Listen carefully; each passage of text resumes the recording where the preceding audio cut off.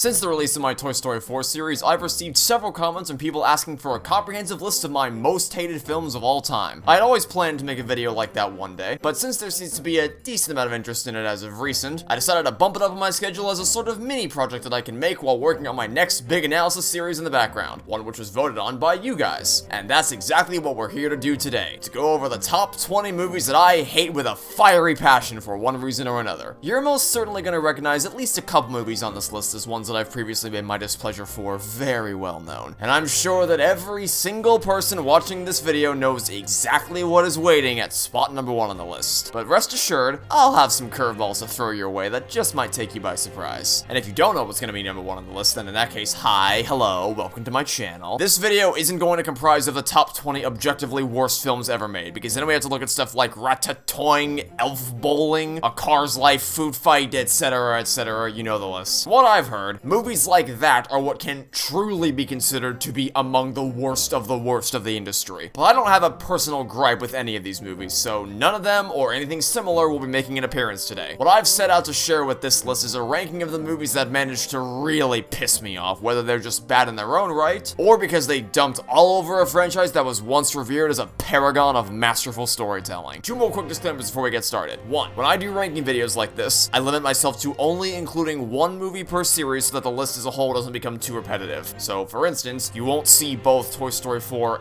and Lightyear pop up today. 2. If I don't include your most hated movie of all time, keep in mind there's a very high chance I may not have even seen it at all. I had several comments from people on my worst games video asking why certain games didn't make the cut, and the simple reason is that I've never played them. I'm sure they're awful, I believe you, I take your word for it, but I can only rank games I've actually played in the same way that I can only rank movies I've actually seen. And of the movies I've had the displeasure of watching, this is what I consider to be the top 20 worst of the worst. So let's get this wagon train a-moving.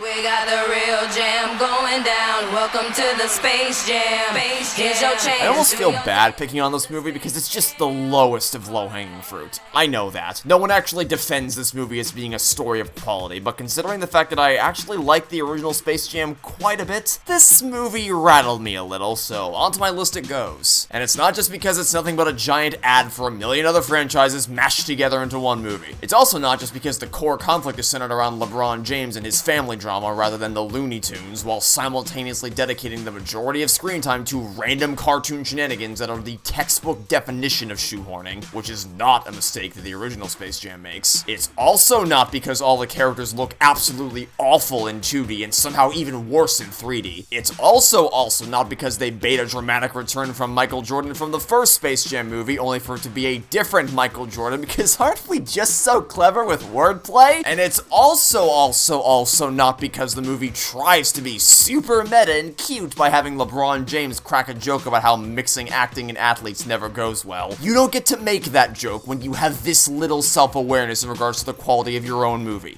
It's also not because of Big Chungus. The main reason is, surprise, surprise, it's just downright poorly written. There's no consistency whatsoever in regards to how this server-verse actually functions, both internally and externally. The core plot only gets off the ground due to the dumbest of contrivances, because the characters are complete idiots, and because the villain's motivations give Christoph Gavin a run for his money in terms of petty bullshit. And the climax is only resolved thanks to an outright contradiction that's so egregious I have absolutely no idea how nobody noticed the problem here. See, in the beginning of the movie, they established that the video game LeBron's son, Dom, is developing has a major glitch where using a certain move will delete that character and cause the entire game to crash. Then, during the big climactic basketball game, which is a simulation running off of a fusion of Algae Rhythm, yes, that is his actual name, it's like an Ace Attorney character, and Dom's code, they realize that the Goon Squad is way too powerful, but they can still beat them if they have Bugs Bunny use Dom's glitch to their advantage by performing that move and causing the game to crash. Which you'd think would be the absolute last thing you'd ever want to do, because surely if you're all inside the game right now, and you then cause the game to crash, you may very well just end up killing yourselves and everybody else in here full-on Wreck-It Ralph style. But it also doesn't even make any sense for this glitch to still be here, because if Dom knew about it the whole time, then why would he not have works together with Mr. Algorithm to patch it. It's not like he deliberately left it in as a failsafe to help his dad and the Looney Tunes win. He was fully on board with helping the YouTube algorithm with his evil plans until the absolute last possible minute. Stuff like that is all over this movie, and it's infuriating because it really should not be hard to write a simple story about the Looney Tunes training for a basketball game. Then they decided to introduce this stupid serververse and blew everything way out of proportion. Oh, and I sure hope you weren't worried about Bugs Bunny potentially deleting himself after doing the special move. He's fine. Of course he is. They never have the guts to commit to killing off such a major character. Hey, wait a minute, what's Stranger Things doing here? He survived the game glitch that's supposed to delete the character from existence. How did he do that, you may ask? Well, because cartoon physics! Nope, I'm not kidding. That's the actual reason the movie provides for how Bugs managed to survive something he categorically should not have been able to survive as established by the movie itself. It's all a cartoon, so therefore nothing's nonsensical. Everything makes sense in the world of children's animation. God, it's like they got all the Toy Story 4 defenders to try to write a movie. You shouldn't need me to tell you this, but I'll do it anyway. Only watch Space Jam 2 if you're with a group of friends so you can cackle maniacally at its stupidity the entire time.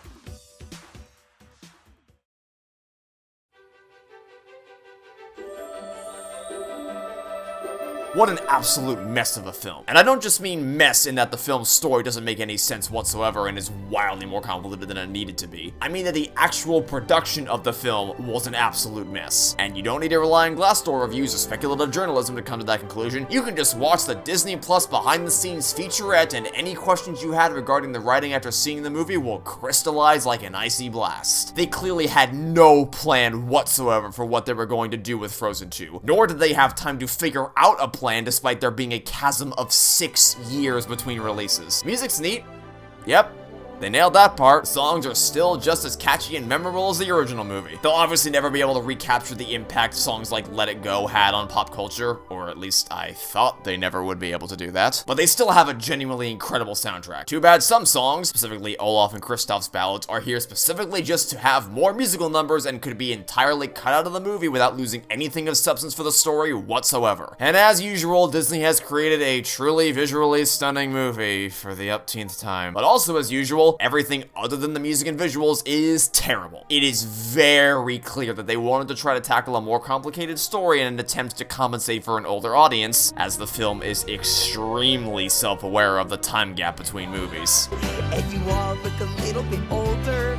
Problem is that none of the new story elements introduced are given anywhere near enough screen time to be properly fleshed out, which is interesting considering it feels like absolutely nothing happens for lengthy periods of time all throughout the movie. The second act is a string of meandering nonsense, capped off by a third act that happens so lightning fast it feels like it ends before it even begins, with characters making insane leaps of logic and decisions that for all they know could kill huge swaths of people based on the smallest fragments of information, and an ending that not only shatters my immersion due to how absurd it gets with Elsa riding a horse made of water across the ocean to outrun a tidal wave, but also seems to be completely at odds with the backstory it just provided and seems to be putting forth a very confused moral message. And the characters, sadly, are not doing much better. It may be charming to watch them bounce off each other during some scenes at the beginning of the film, but that can only get you so far when the surrounding plot is in tatters. Especially since the only character who really matters to the story is Elsa. Basically, everyone else is just here for the lulz, with Kristoff doing that annoying thing where he tries to propose to Anna throughout the movie, but fails again and again due to increasingly stupid random reasons that get agonizing to watch after just the first attempt. And with Olaf having contracted minionitis, he went from a cute and lovable sidekick in the first movie to an annoying anti-comedy machine that just absolutely refused to shut the hell up, with the peak of his insufferable dialogue taking the form of retelling the story of the first Frozen movie, which apparently everybody loved so much that it warranted him doing the same thing for the other Disney movies. Spoiler alerts, they're just as bad. Cringe-inducing, actually. I wasn't even that big of a fan of the first movie, but I'll happily take that any day over whatever this was supposed to be. I know that this film went through a nightmarish production cycle, but that doesn't excuse the problems, it merely explains them. Regardless, Frozen 2 is still awful to watch, so just go listen to the soundtrack and you will have experienced the best of what this movie has to offer. The rest is nothing but a waste of your time.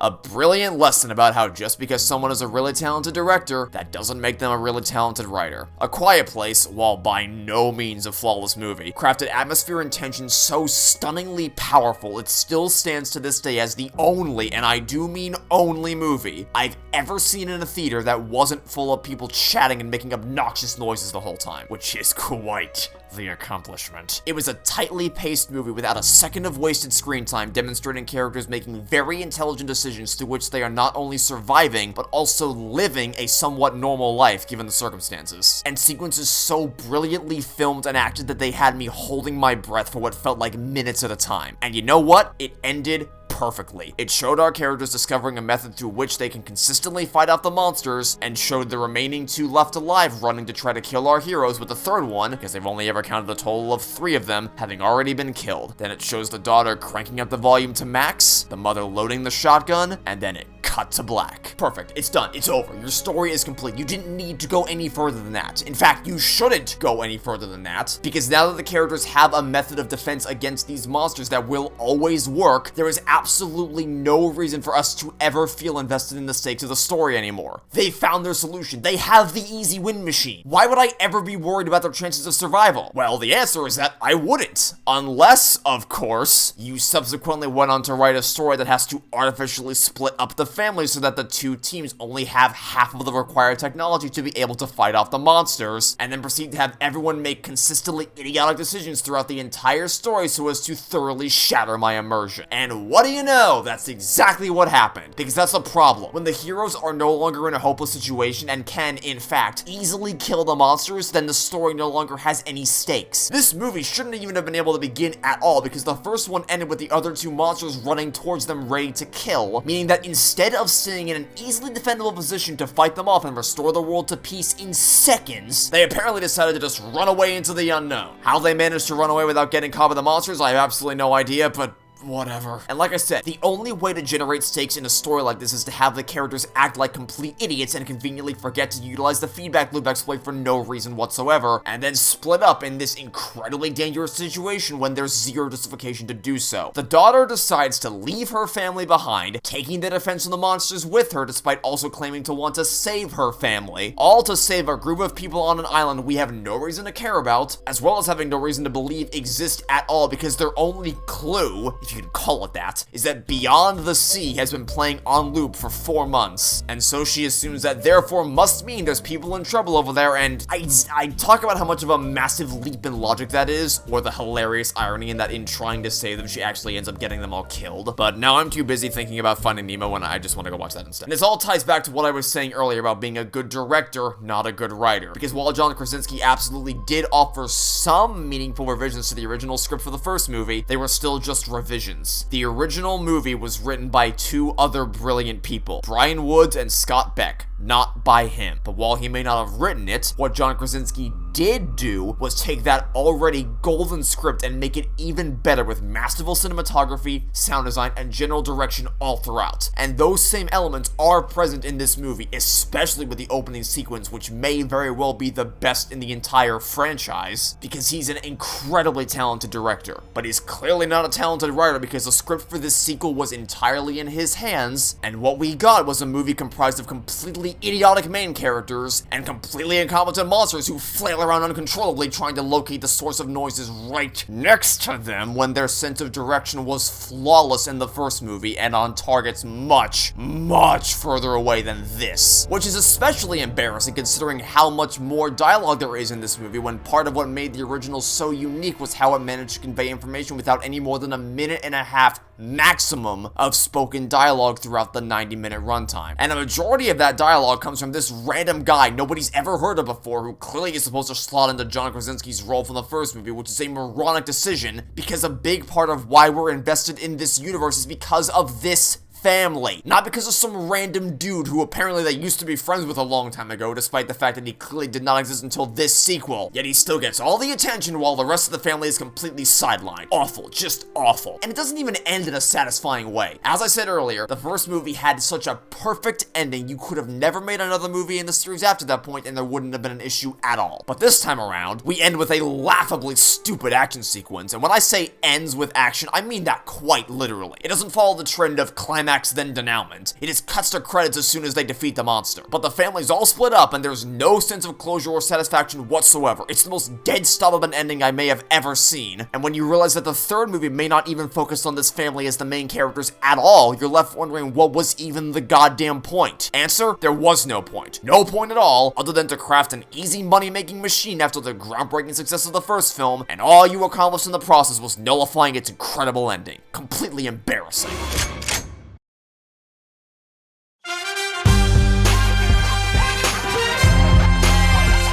Here's a fun question. How do you screw up Tom and Jerry? Genuinely how? Well, it's simple. You make Tom and Jerry cameos in their own film. Nope, I am not kidding you. Tom and Jerry are not the stars of the show in a movie that is literally named after them. They are instead the celebrity cameos that pop up every once in a while, and the majority of the screen time is dedicated to human characters. Yes, because the strategy went so well for the Smurfs. The story is centered around a wedding between two obscenely rich people and the hilarious antics that unfold as Tom and Jerry slapstick threatens to disrupt the planning of the ceremony and the humans try to keep everything from falling apart. Now that sounds like a movie about Tom and Jerry, as they are at the center of the conflict that causes everything to get out of control. But summarizing the movie's plot is in no way similar to actually watching this for yourself, because you seriously barely see these characters. Hope you enjoy watching unlikable pricks fumbling over themselves in a sense of humor that only knows one type of joke, which is to make you cringe out of existence as characters drone on about nonsense for way too long, and it's only pain. This should have been a slam dunk, a free win, easy money for anybody lucky enough to be able to write this. All people wanted to see from Tom and Jerry was the two characters finding increasingly creative and hilarious ways to beat each other up. That's all you had to do, yet you still failed because instead, you centered your story around a group of characters that I could not possibly care less about if I tried. Especially not when the introduction for your main character is of her convincing someone else to leave their job interview and then subsequently stealing their resume so she can apply instead. What an incredible way to make me fall in love with your protagonist. And that's not even mentioning the birds that randomly appear throughout the movie to make sure you didn't fall asleep and offer you a summary of the movie's events up until this point because they have absolutely zero faith in your memory whatsoever. Which I suppose makes sense because I seriously cannot imagine anybody over the age of 3 getting any enjoyment out of this movie whatsoever. You know how I talked about Space Jam earlier? Yeah, well that movie also did the whole cartoon characters in the real world thing, but it did so while managing to keep the core conflict centered around the cartoon characters while still not entirely neglecting the humans. That's how you do a movie like this. If you want to take cartoon characters into the real world and cross paths with real people, then you cannot put the focus on the latter rather than the former. Especially not if that ratio is going to be as disproportionate as it is. You would honestly be forgiven for forgetting that Tom and Jerry are even in this film at all in some instances, which is just such a baffling decision. And hell, even their sections of the movie can't hold a candle to the classic slapstick that we're all familiar with in the original cartoons. I genuinely pity you if you actually went to a movie theater to watch this instead of seeing it on HBO Max. It is a colossal waste of your time in every way imaginable.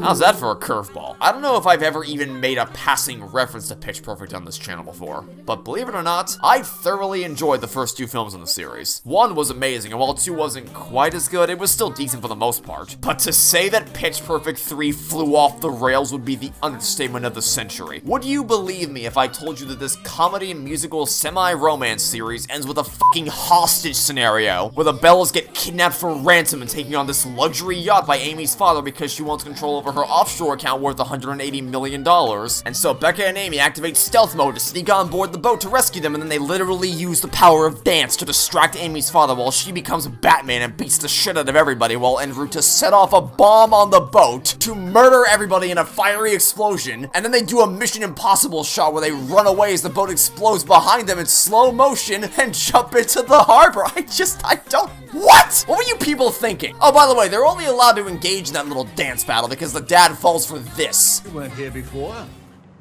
I've been here the whole time. I'm just small.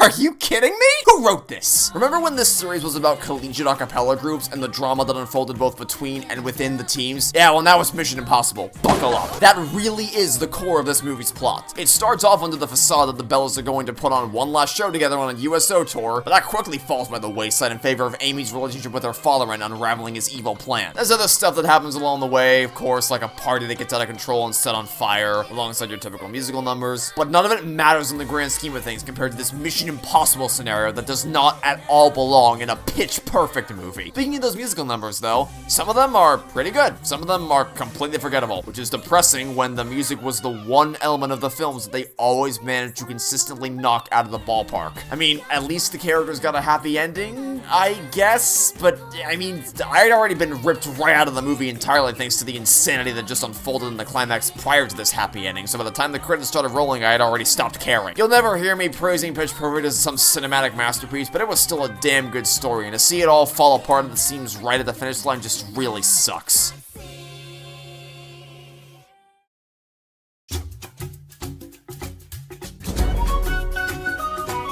The unchallenged king of adaptations annihilating everything that made the original story so endearing. Or at least nearly unchallenged king. I genuinely cannot fathom wanting to spend this much time and money on remaking such a classic movie by creating a version of it that's so hyper-realistic that there is absolutely no room for character in any ounce of it. This technology is genuinely phenomenal in that it's able to make computer-generated imagery look this realistic, but it's entirely wasted. Like, this is just a genuine question. Why would anybody ever choose to watch this version of The Lion King instead of the original, when it's just the exact same story, only with an additional 24 minutes of padded garbage, worse acting, a complete absence in personality across all their character models because they look like real animals, less intense acting sequences, significantly worse musical numbers. Like, holy hell, what did you people do to be prepared? And worse comedy. Well, I suppose except for scenes where they were accidentally hilarious. Simba?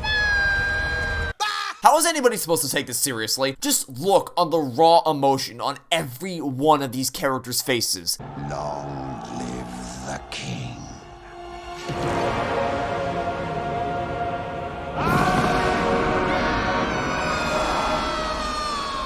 Meanwhile, Long live the king! Why would you do this? Look, I know you wanted to make some easy money, but in that case, why would you not just re-release the original Lion King in theaters? You already did it once, you couldn't just do it again? Do you know how many people would have jumped at the chance to experience the movie again in a theater? Or possibly even for the first time, depending on when you were born? Yes, it would just be a lazy attempt at garnering profit, but at least it wouldn't be trampling all over a classic movie in the process. Why waste all this time, money, and technology in such a dull, emotionally vacant film? This is easily Disney's worst live-action remake. Not its most morally reprehensible, but the most lifeless and uninspired of the bunch as they try to remake a story that was basically perfect and had no justification whatsoever for a remake. At least Aladdin had one or two things that were sort of, kind of, maybe of quality, and could potentially be enough for someone to say it's worth seeing as its own thing, especially given that it at least tried to add something of substance to the story. But there is just nothing redeemable about this pile of diarrhea.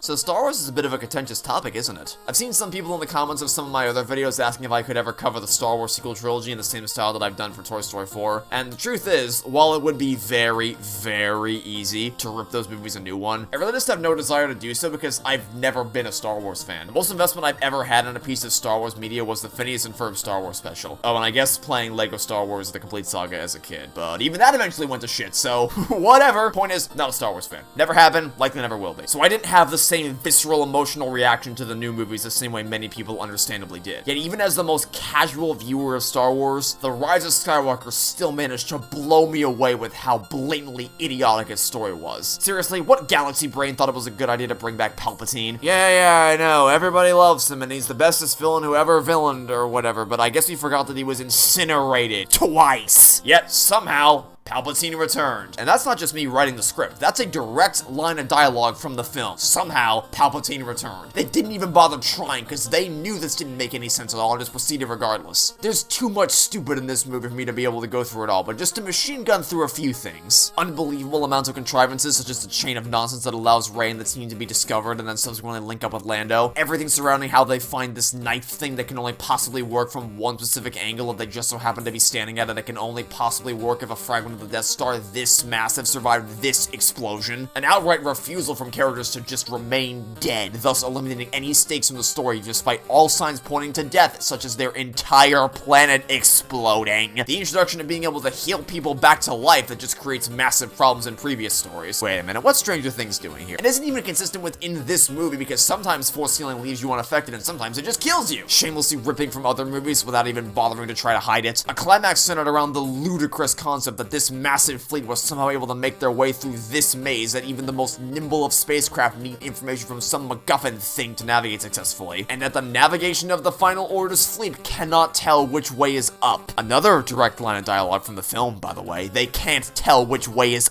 up, concluding with Palpatine refusing to stop shooting the lightning at Rey's lightsabers when doing so is literally what's killing him. Just an endless parade of moronic writing decisions all throughout the movie that seem to have satisfied just about nobody. It's almost as if you shouldn't have played hot potato with writers and directors and just committed to a direction, any direction, because the inconsistencies across this trilogy shine clear as day. Now, the original trilogy also had different directors for each movie, but they still had a singular guiding voice linking all three movies together. No such vision existed for this new trilogy, or rather, it did exist, but then it was thrown in the garbage in favor of somebody else's vision, and then that new vision was thrown away in favor of trying to course correct back on track to the original vision, and what we have as a result is a giant bowl of spaghetti constantly noodling around between films, masquerading as almost a cohesive trilogy when it is anything but. Honestly, I wouldn't really recommend any of the Star Wars movies to you because, like I said, I don't really have positive feelings towards any of them, but The Rise of Skywalker is a whole new dimension of idiocy.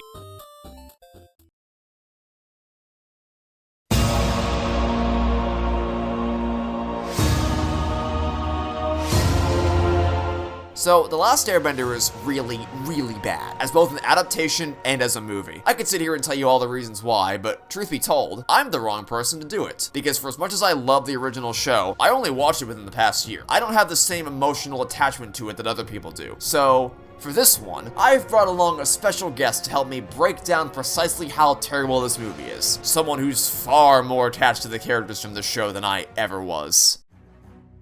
Hey, howdy, hey! Hi! How are you doing on this fine and lovely day? Well, it's quite cloudy, but I was told you wanted to talk about a certain movie. Yeah, word on the street is you have some things to say about the Last Airbender movie. Feel like things is too polite a term for my opinion on this movie. I actively feel pain every time I watch it. Well, the stage is set, the lights are lit, the floor is yours. Take it away. Okay then, Avatar: The Last Airbender is a show I hold very close to my heart. At a time where there wasn't an abundance of minority representation in media, it really resonated to see characters who looked like me on screen. On top of the excellent story, the amazing world building, and the wonderful characters, I love this series with all my heart. Me and my sister used to watch reruns of it for hours. So when it was announced that they were making a live-action movie in 2010, little 8-year-old me practically begged my parents to take me to see it in theaters. Yeah, that was a mistake. There are a lot, and I mean a lot of things wrong with this movie. I could spend so long going into the whitewashing of the characters, the poor pacing, the abysmal writing, the bad world building, the editing, the cinematography, the acting. Point is, the fact this entire movie feels like a compilation of what should be the best points of the first season, but instead just feels like a disconnected mess of poorly made scenes. Yeah, there's a lot of things wrong about this movie. This movie has a 5% on Rotten Tomatoes for a reason. I think that the biggest crimes of this movie are the characters and the fighting. Oh my god, the fight choreography. Please, someone send help. In the promotional material, their biggest selling point was the fight scenes and the CGI for this movie. Like, it felt like they were bragging at some point. Though, I feel like this scene from when the Earthbenders stage a revolt is all that needs to be said on the final product. I really wish they did the Katara Paku fight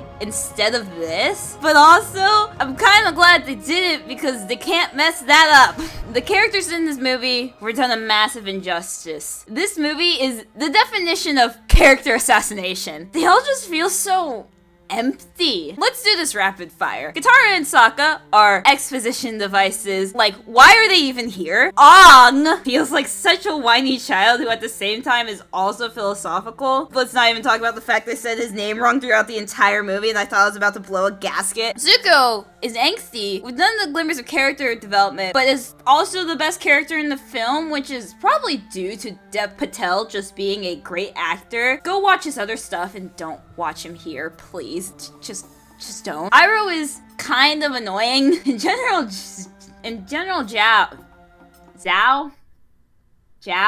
How do you say it?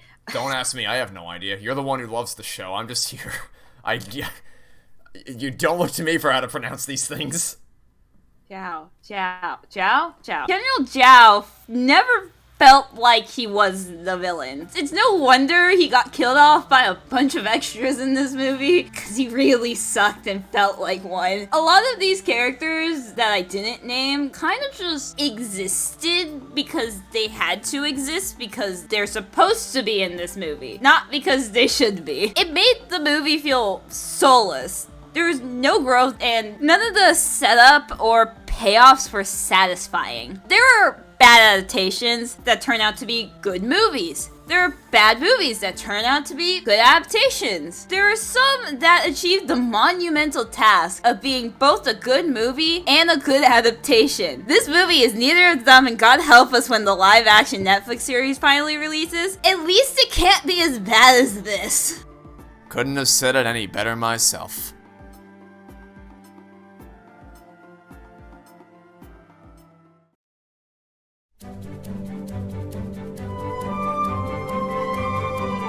Alright, look, I know a good chunk of people consider the last good Ice Age movie to have been Dawn of the Dinosaurs, with some even placing the gate of quality as having closed after the meltdown, but I always had a soft spot for Continental Drift. The family dynamic for Manny and Peaches was endearing, the expanded scope and hopelessness added more dramatic weight to the story, the villain is easily my favorite of the series, and the big final battle was truly sensational, even if the big Deus Ex Machina is a bit out there, to say the least. Now, I put all that out there as a disclaimer in case you're gonna ask why this is the Ice Age movie that I decided to put on the list, instead of that one. I also haven't seen the new Buck movie, and to be honest, I'm struggling to find the motivation to do so, so if that ends up being a million times worse than this one, oh well. Collision Course is awful. The inciting incident of Scrat screwing up is somehow even more unbelievable than Continental Drift's was, with Scrat stumbling into an alien spacecraft that takes him into a game of pinball with all the planets in the solar system, as if crashing into a planet or moon wouldn't result in Scrat exploding into a million tiny pieces. Scrat causing Continental Drift was a few steps beyond a stretch, let's be real here. But this is a whole other level of impossibility. It ripped me right out of the movie in just the first 5 minutes because this little pinball game played with planets that are supposed to be gas giants is what causes the asteroid to start hurtling towards Earth. Contrived doesn't even begin to describe it. And that's just the opening of the movie. Things don't get much better from there as they proceed to treat every character with the least amount of respect possible. Women. Wait a minute, what's Stranger Things doing here? I dump your ass. Manny apparently cares so little about his relationship with Ellie that he entirely forgot about their wedding anniversary, which is a trope that is used so often and I hate it every single time, when he has previously demonstrated to be more committed to his family than literally anything else. Peaches is apparently getting married to this new prick called Julian who teleported in from the ether despite her pining after Ethan in the last movie, but screw him, I guess. I suppose they couldn't get Drake back for this movie, so rather than recast Ethan, they just deleted him and conjured up a new boyfriend and hoped nobody would notice. Sid and Diego get nothing substantive in terms of development in this movie. Sid wants to find a girlfriend, and then at the end of the movie, he does. Brilliant. Diego and Shira want to have kids, but have discovered a fatal flaw in this plan, being that kids are scared of them. Then at the end of the movie, after saving the world from an asteroid, they're now heroes and kids love them. Which, it doesn't really matter all that much if other animals' kids are scared of you when your kids would also be saber-toothed tigers and would obviously not be afraid of you. Though I suppose I can give the generous assumption that they want to adopt children, in which case we move on to problem B, which is, this herd has already demonstrated their heroism several times over throughout these movies, with the most noteworthy one that every single animal in town was witness to was the climactic battle against the pirates that resulted in saving everyone's lives. They should already be revered legends by this point, so I don't buy this conflict at all. Then we have the villains, who are so mind-blowingly stupid it actually hurts my brain. Their master plan is that they need to stop the heroes from stopping the asteroid from hitting the planet because it'll wipe out all of Earth's population, but they'll be able to simply fly over the destruction and survive, thus allowing the dinosaurs total control of the planet.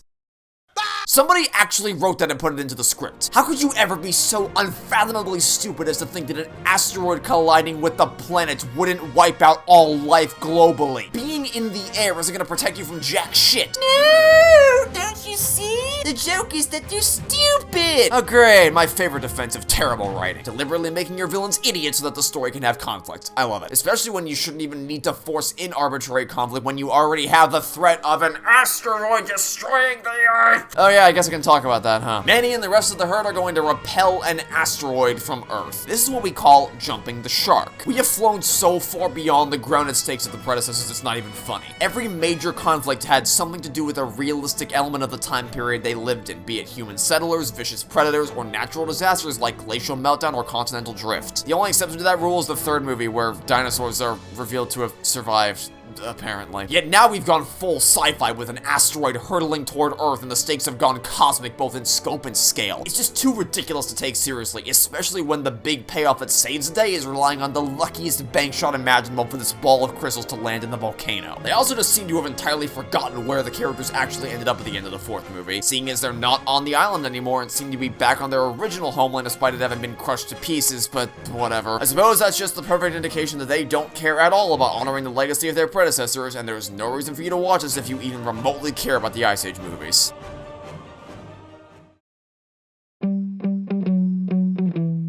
The film that is so universally reviled that everyone rightfully chooses to pretend that it doesn't exist in favor of the much more satisfying conclusion of Shrek Forever After, which also chooses to pretend that Shrek the Third doesn't even exist by filling in the time between Shrek 2 and this movie with the opening sequences. Honestly, I kind of feel awkward at this point. We've had a few movies in a row now that the world just universally acknowledges as being terrible. I'm used to going after stories that are adored by all because they've tricked the audience in one way or another, and therefore I have a lot more to say on the subject. But generally, what can I say about Shrek the Third that hasn't already been regurgitated by other reviewers? That the humor is embarrassing and childish, that the story is based on a horrifically contrived scenario where none of the characters can think of any other reasonable solutions to the problem, that Shrek's core emotional journey is ham-fisted and played entirely as a joke, that the climax is uninspired and illogical on multiple different levels. Like, I genuinely have just nothing new to contribute to the conversation about this movie. You all heard how bad Shrek the Third is a million times over. No need to waste your time going in depth about it. I just wanted to let you all know that this movie did, in fact, warrant a placement on my list because I really love the first two Shrek movies. And even as a kid, I always hated watching the third one. And if I was able to notice how bad this was even when I was just a little kid, that's not a good sign of things to come. You don't want to skip out on Shrek Forever After, but you can happily ignore Shrek the Third.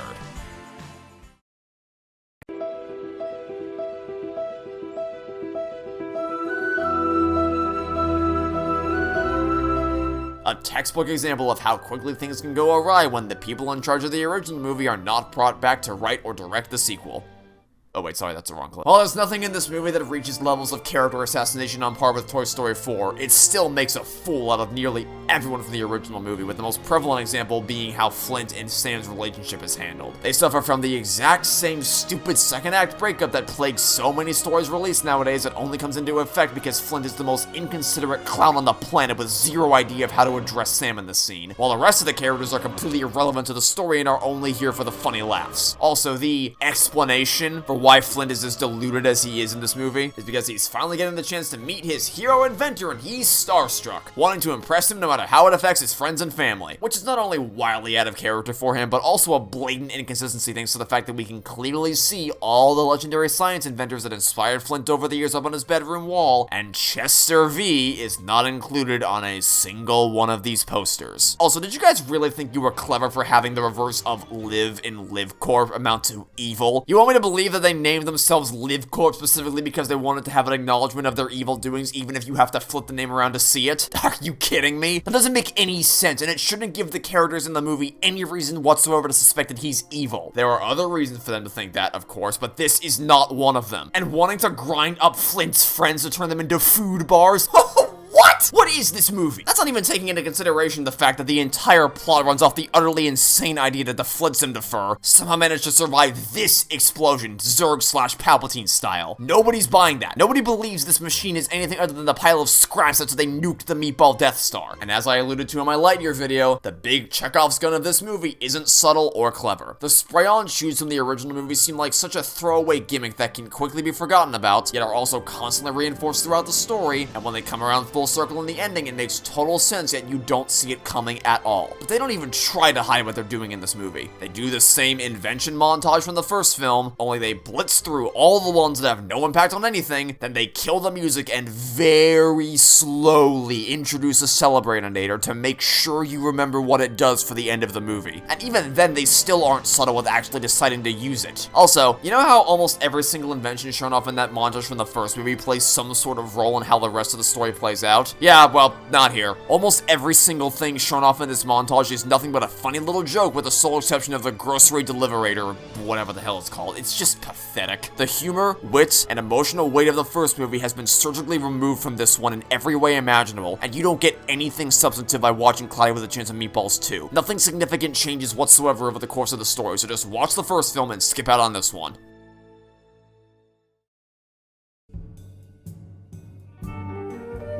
Quite possibly the biggest disappointment to ever come out of Pixar. The hype was through the roof for Incredibles 2. People have been waiting 14 years for this movie to come out after that absolute tease of an ending. And finally, after nearly a decade and a half, we were gonna get to see our favorite superhero family back on the big screen for another round of adventures. But instead, we got to see Incredibles 2. The sheer potential of a sequel to this movie was limitless, and I don't know how you screw up such an easy blueprint. But they managed by essentially retreading the same ground the first movie already covered and pretending it didn't accomplish anything. The superheroes turning into the spotlight? Nah. They're still illegal, but this movie is the one that made great strides in the world of superheroes. And we have the exact same uplifting ending, with the Incredibles leaping back into action when a threat arises. Only instead of it being something big and ominous like the Underminer, it's just some random car chase. It's the exact same status quo the first film established, and if you jump from that ending to this one, you can be convinced that absolutely nothing changed. Except, I guess, the characters, all of whom are completely contradictory to how they used to be. Except Frozen, I guess. He's still pretty cool. With most of them being useless throughout the entire movie until the ending, where they still barely get anything substantive to do except for Jack, who gives Socks the cat a run for his money in terms of doing everything the plot needs him to do all the time. Need I even go over the brain-dead plan of the Screenslaver? Or how about her minions, all of whom are utterly incompetent and unremarkable, with the only exception being that of Void? Only even she is still painfully stupid with her powers, because she could end so many fights by using her portals to remove people from the fight entirely, yet she never ever does. Look, I don't want to go too in-depth here. Seeing as you guys seem to really want me to tear this movie to shreds in depth in its own series, I want to save my proper critique for when I get those videos out the door. But I guess you can take this little section of the ranking as a sneak peek of things to come for my Incredibles 2 series. Because this movie is so much worse than I thought it was when I walked out of the theater for the first time, and I'm gonna have quite a lot to say about it.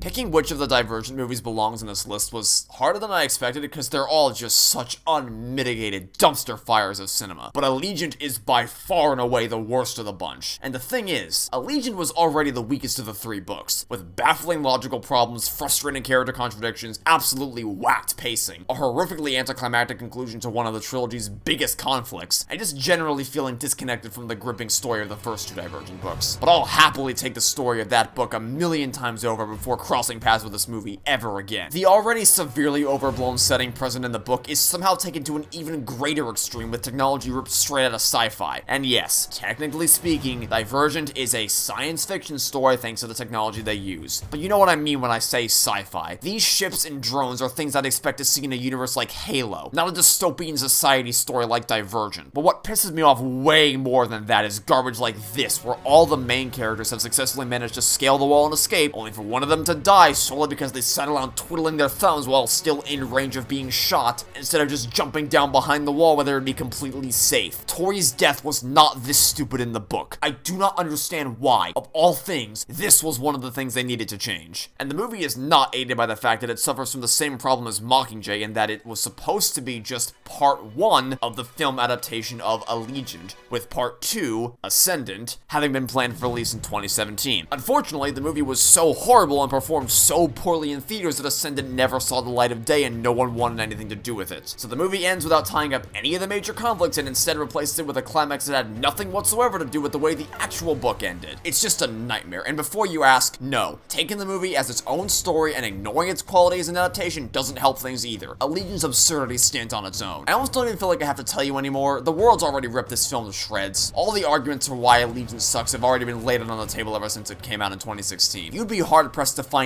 anybody that actually unironically enjoys Allegiant. Divergent? Sure. There are still people that have tricked themselves into thinking that movie was actually good. But Allegiant has been reviled by nearly everybody that has ever had the displeasure of watching it, and for good reasons. For all of Allegiant's faults as a book, it's still a hell of a lot better as a story and way more emotionally satisfying as a conclusion than whatever this nightmare fuel was supposed to be.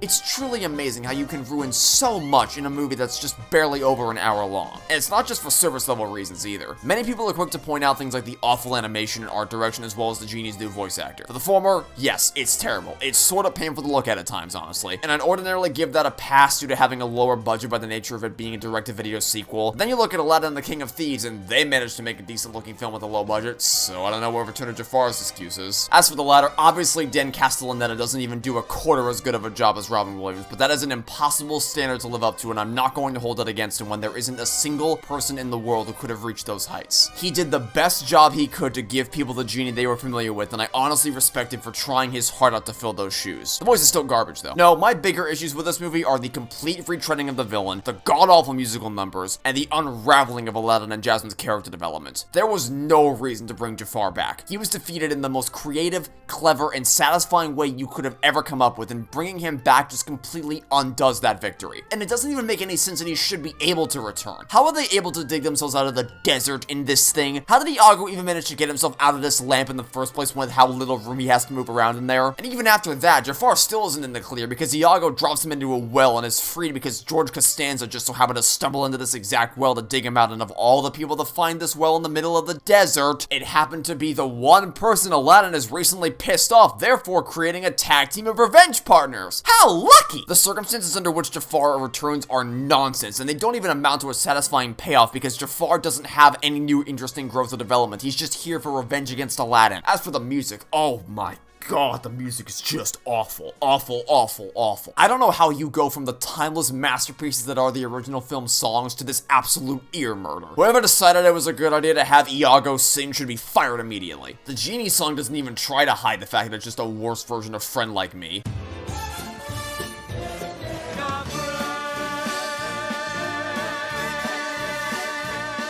They give Iago not just one song, but two of them, and somehow the second one is even more painful than the first one.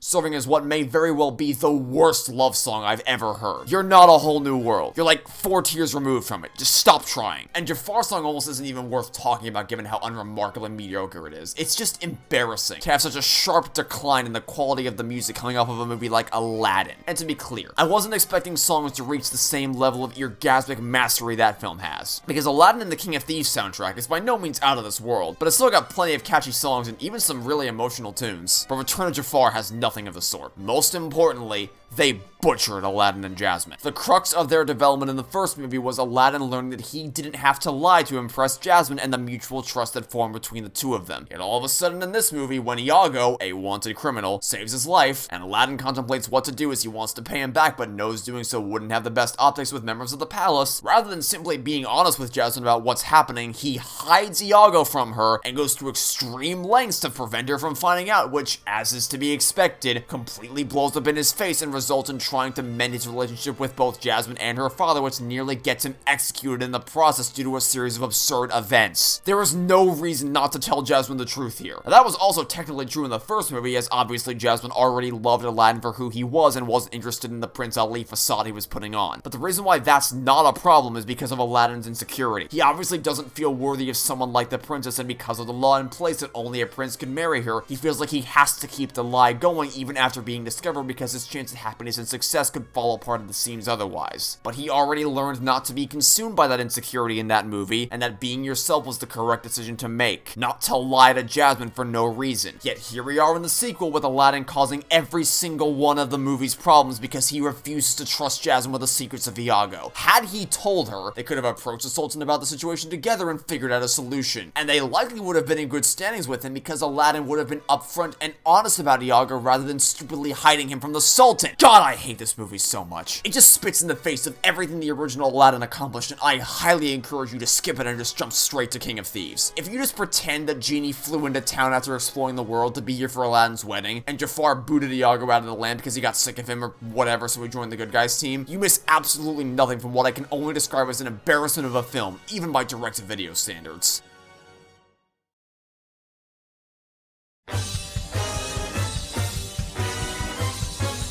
SpongeBob started out so strong with this first film, managing to be both hilarious and surprisingly emotionally moving, and crafting such a satisfying conclusion that it very well could have served as the final chapter of SpongeBob's story. Now, obviously that didn't end up happening, but the SpongeBob SquarePants movie was the film the series deserved, and it appropriately scaled up what made the show amazing to the big screen in all the right ways. And ever since then, the quality of these films has been on a significant downward spiral that successfully reached rock bottom with Sponge on the Run. The two musical numbers are pretty cool. That's about it. Putting aside the hideous art style, the story is even more meandering and worthless than the plot of Sponge Out of Water, which, as a gentle reminder, is a movie that took SpongeBob and Plankton to meet the magical talking dolphin as they watched two gas giants crash into each other and explode as if they were terrestrial planets. Managing to sink below the absurdity of that film is quite the accomplishment, but they figured out a way. They just take the concept of Gary's been snail napped from the iconic Have You Seen This Snail episode and blow it up to cosmic proportions by setting SpongeBob and Patrick down another road trip adventure, and this time it lacks all the humor and charm of the original movie. Rather than having every stop they make along the way further the story or characters in some significant way, or at least have it happen as a result of a choice that makes complete sense for the two of them to make, we have an entire section of the movie that is quite literally a dream sequence. And not an ominous dream sequence meant to tie into a character's growth, it's just a side quest where SpongeBob and Patrick explore a desert town, talk to Keanu Reeves in a tumbleweed, and then use a challenge coin to free ghostly zombie pirate souls from El Diablo, which they proceed to do by disintegrating him. All of that would be insane in and of itself, but the fact that it's all revealed to be just a dream leaves you staring at the screen asking the question of what was the goddamn point? But then you get to the end of the movie and you actually realize exactly what the point was. It was nothing but a massive marketing machine for the new hit Paramount Plus series Camp Coral, because only the best things come out of Paramount Plus. The lead into the final battle of this movie is all the characters going one by one to deliver a retconned monologue explaining the magical experiences they had together with SpongeBob at the legendary Camp Coral. It brings the pacing of the movie to a screeching halt, but who cares about that when we have a streaming show to market? Never mind the fact that these monologues don't even tie into the story at all, because the idea behind them is that they're trying to stop SpongeBob from being executed by convincing the audience how kind-hearted and important he is, except they proceed to abandon that strategy and deceive everyone anyway by surreptitiously stealing Gary and fleeing the scene, resulting in the stupidest, most anticlimactic chase scene you'll ever see. Sponge on the Run is a great example of how to waste the boundless potential the characters of SpongeBob offer you as a writer by floundering around utterly pointless scenarios and sneakily using the attention you know this movie is going to garner to generate interest for your awful spin-off show. If you want a genuinely good, large-scale SpongeBob and Patrick road trip adventure, the first movie is right there waiting for you. There's no reason to ever watch Sponge on the Run. Just watch the musical numbers on YouTube and you're all good.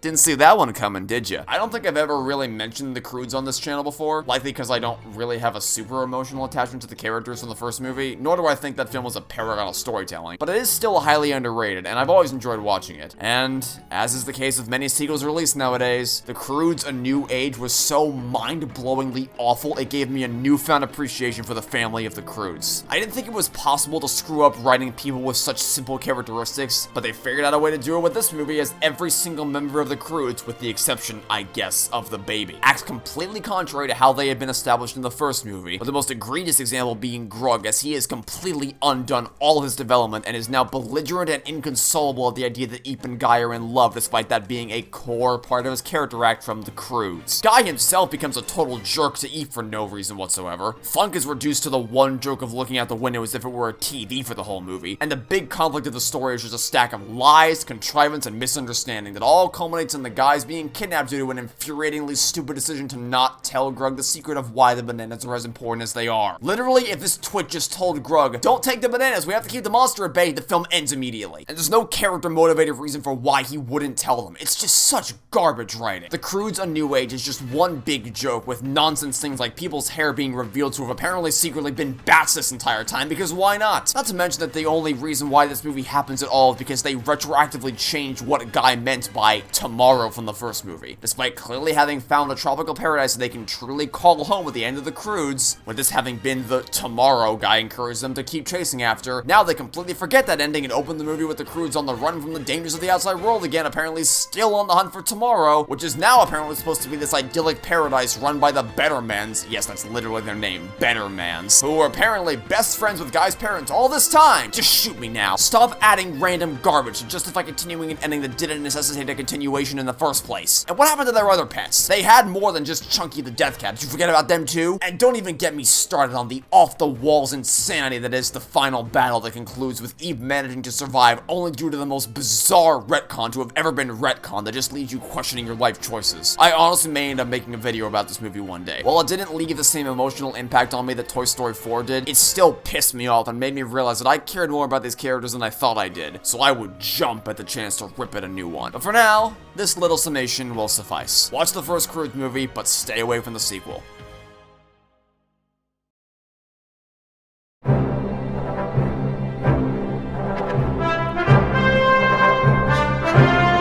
And now we return to the realm of low-hanging fruit. It's Kingdom of the Crystal Skull, the second most unnecessary sequel ever, following up the characters literally riding off into the sunset. To begin with, Indiana Jones survives a nuclear explosion by hiding in a fridge. Bet you never heard that one before, huh? The nice thing about this movie is that unlike things like Free Guy or Toy Story 4, it doesn't have the pretty lights and shiny colors to distract the audience from the story's blatant idiocy. Even the most die-hard defenders of the idea that logical consistency doesn't matter in stories will concede that a fridge is not enough to protect you from a nuclear explosion. The nuke scene is just the most obvious symptom of the underlying incompetence running rampant throughout this entire script. Of course, I say that, and then I remember that this movie has aliens! Or, sorry. Interdimensional beings, in point of fact. As if that makes it any less stupid. Yes, we wouldn't want to dip into the realm of alien invasion in this grounded, adventure-filled Indiana Jones movie, but interdimensional beings? No, that makes much more sense. Oh, go ahead, you got the green light for that one. Also, piss off with that cop-out explanation. You don't get to call them interdimensional beings and then have them leave in what is very clearly designed to be a stereotypical alien saucer. Unfortunately, looking past those two clear-as-day absurd scenarios doesn't result in finding better writing elsewhere in the movie. Obviously, there's the surface-level criticism of the overuse of and poor composition of CGI, even by 2008 standards. There's plenty of story beats that are introduced presumably to try to make the story more complicated and intriguing than before, only to completely drop them after their introduction and pretend they never happened. There's the completely butchered retread of The Last Crusade, where Indy is once again following the notes of a previous adventurer in search of a legendary artifact, only instead of there being some emotional attachment to the quest due to it being his father's journal, and there actually being some clever deductions, it's just Indy trying to make sense of the ramblings of a deranged professor who we don't know and therefore have no reason to care about. There's the utterly insufferable side characters that don't come anywhere close to reaching the heights of Indy's previous partners in crime. Then there's the comically over-the-top action. It doesn't leave me on the edge of my seat, holding my breath in anticipation of how the fight will conclude, but instead leaves me either confused out of my mind, bored half to sleep, or with the urge to cackle uncontrollably as Shia LaBeouf swings through the jungle with the monkeys. That's it. I draw the line at monkey. Like, seriously? If I'd rather engage in your action sequences in a Lego game than watch them happen on the big screen, you might have fumbled over yourself somewhere along the way. Battling on top of the tank is fun in Lego Indiana Jones, yes, but it's nowhere near as gripping as the lightning-fast, pulse-pounding choreography that you'll find by actually watching that scene in The Last Crusade. And then there's the thing that annoys me more than anything else: Indiana Jones's and Marion's portrayal as characters. Indy's cool-headed, competent attitude is totally absent from Kingdom of the Crystal Skull and is instead replaced by a bitter old man who's made into a joke throughout the entire runtime. Now, yes, obviously Harrison Ford was older when they filmed this movie, so they were going to have to approach his character differently than they had previously. But that doesn't mean you strip away everything that made him likable and turn him into a laughingstock. And on Marion's side of things, the fire in her heart is completely burnt out. She is no longer the fierce, confident sidekick Indy worked alongside in Raiders of the Lost Ark. She's just here to chew out Indy constantly and be the motherly character to Mutt. If you gave her a new name, you could be convinced she was an entirely different character. You may may have tried your best to pull the fan service card, but it wasn't enough to distract us from your utterly broken movie. Kingdom of the Crystal Skull did not justify a continuation after the perfect ending of The Last Crusade. And it's still not over yet, because now there's gonna be an Indiana Jones 5, and there's not a chance in the world that that one's gonna be good. Especially not if those time travel rumors end up being accurate. Please, dear lord, do not let that be true. Take my advice, which is also the same advice you've probably heard a million times before. Watch the original trilogy of Indiana Jones movies, and then nothing else after that point.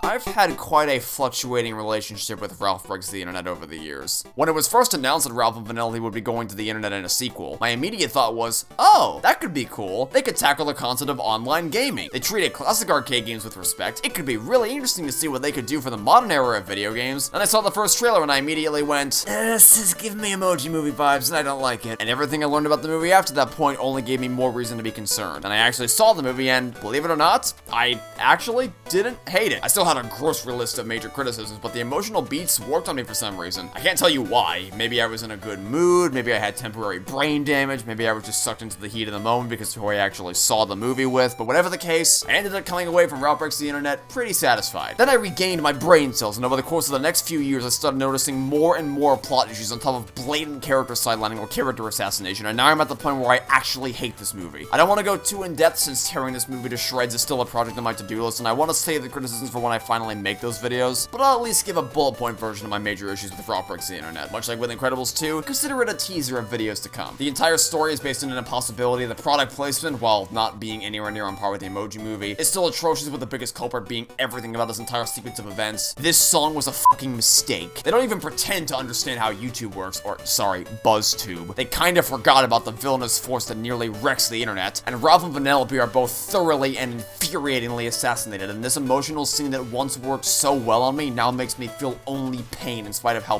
beautiful the music is. And that's all for now. I don't want to spoil the rest of the critique for you all. Of course, it may be a while before I can actually make those videos since the majority of community interest lies in a different movie, but I won't forget about Ralph Breaks the Internet. It'll feel the wrath of an analysis series soon enough.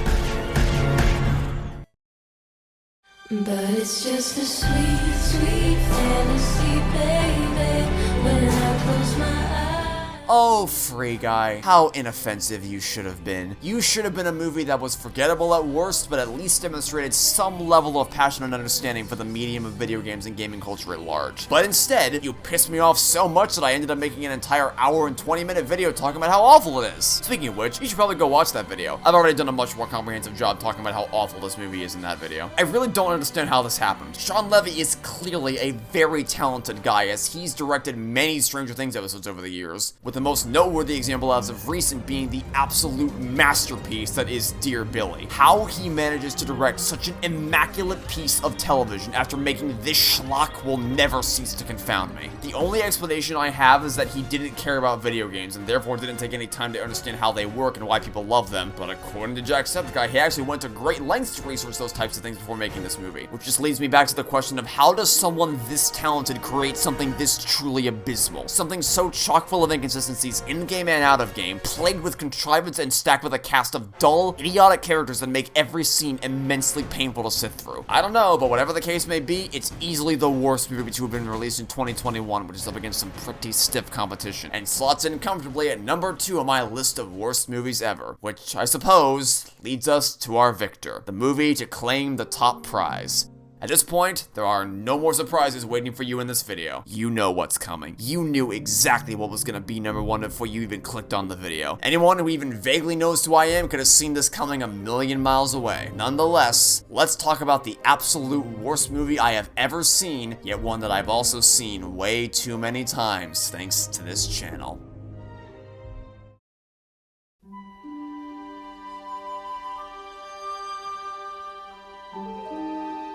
Is anyone surprised to find this movie at the number 1 slot? I somehow doubt that to be the case. Look, I've made my position on Toy Story 4 crystal clear by this point. There really isn't anything that I can say in this video that I haven't already gone over. The plot is a jumbled mess of impossible or ridiculously contrived scenarios. The world building is entirely annihilated thanks to the creation of this stupid sport, as well as other incredibly concerning choices made throughout the movie. The thematic messages that it tries to get across are offensive at best and dangerous at worst, and, of course, the way the film handles its characters is utterly indefensible. indefensible, sidelining almost every single original character by shoving them in the RV and assassinating the ones that were left either by undoing their development, turning them into an idiot, or by doing both at the same time. I don't think there's any need for me to retread old ground. You all know exactly why I hate this movie so much, and if you don't, and you're new to the channel, then I would highly recommend checking out my 5-part analysis series explaining how Toy Story 4 destroyed everything about the original trilogy. I know, it seems like a cop-out to just say, go watch this other thing I made to justify this placement, but I honestly cannot do a better job of explaining how much of an insult this film is than I did in that series of videos. I despised Toy Story 4 from the second I walked out of the theater, and my hatred of it has only intensified with each passing day since then. It's not like Apollo Justice Ace Attorney, Halo 5 Guardians, or Stranger Things Season 3, where everything those entries broke went on to be fixed by their respective sequels. There's no hope of salvation for the Toy Story series, especially not after seeing how Lightyear managed to figure out a way to destroy the last few elements of world building that hadn't yet been obliterated. The Toy Story series is a complete shell of its former self now that everything that made it so endearing for so many years has been thoroughly shredded and incinerated beyond repair, with Lightyear's pitiful box office numbers serving as the perfect indicator of just how far the general public's interest in this franchise has fallen ever since Pixar broke ground and revolutionized the medium of animation forever all those years ago. And it all stems back to this movie. My favorite characters and movies that I had ever known destroyed in approximately 89 minutes, thus appropriately leading to Toy Story 4 being crowned the worst movie I have ever seen in my entire life, even with all its visual splendor.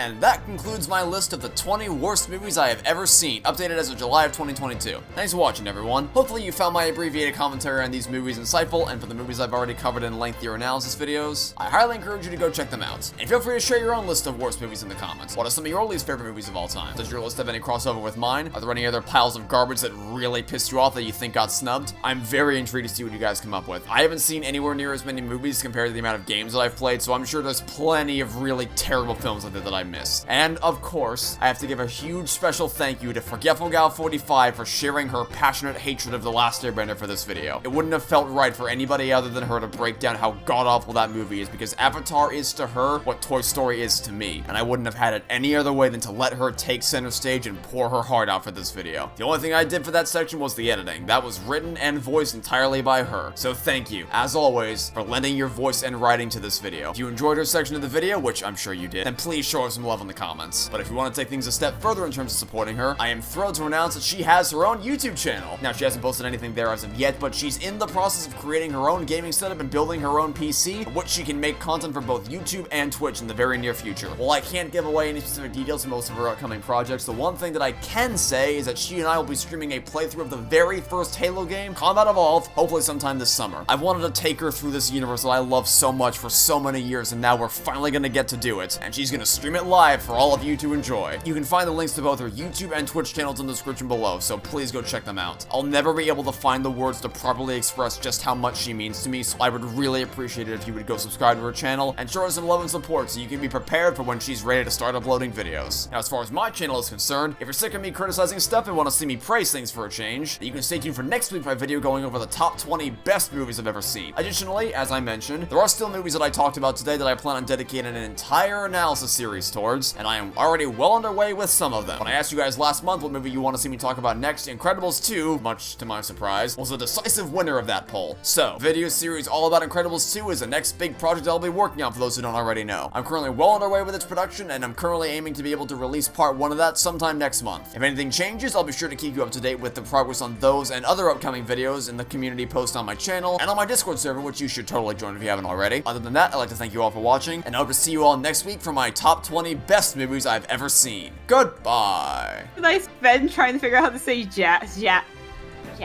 And we're still struggling, apparently. Jow. Not that I want to talk, because I have no idea how to say it either. You know Avatar: The Last Airbender, right? Okay, you know the general whatever his name is. I can't pronounce it. General Admiral Zhao. Say that one. Okay. Zhao. Yeah. Zhao? It's like jaw, but Zhao. Zhao. Mother of God. Okay. Good. Yeah, I said it wrong in at least 5 different ways. Thank you. Alright then.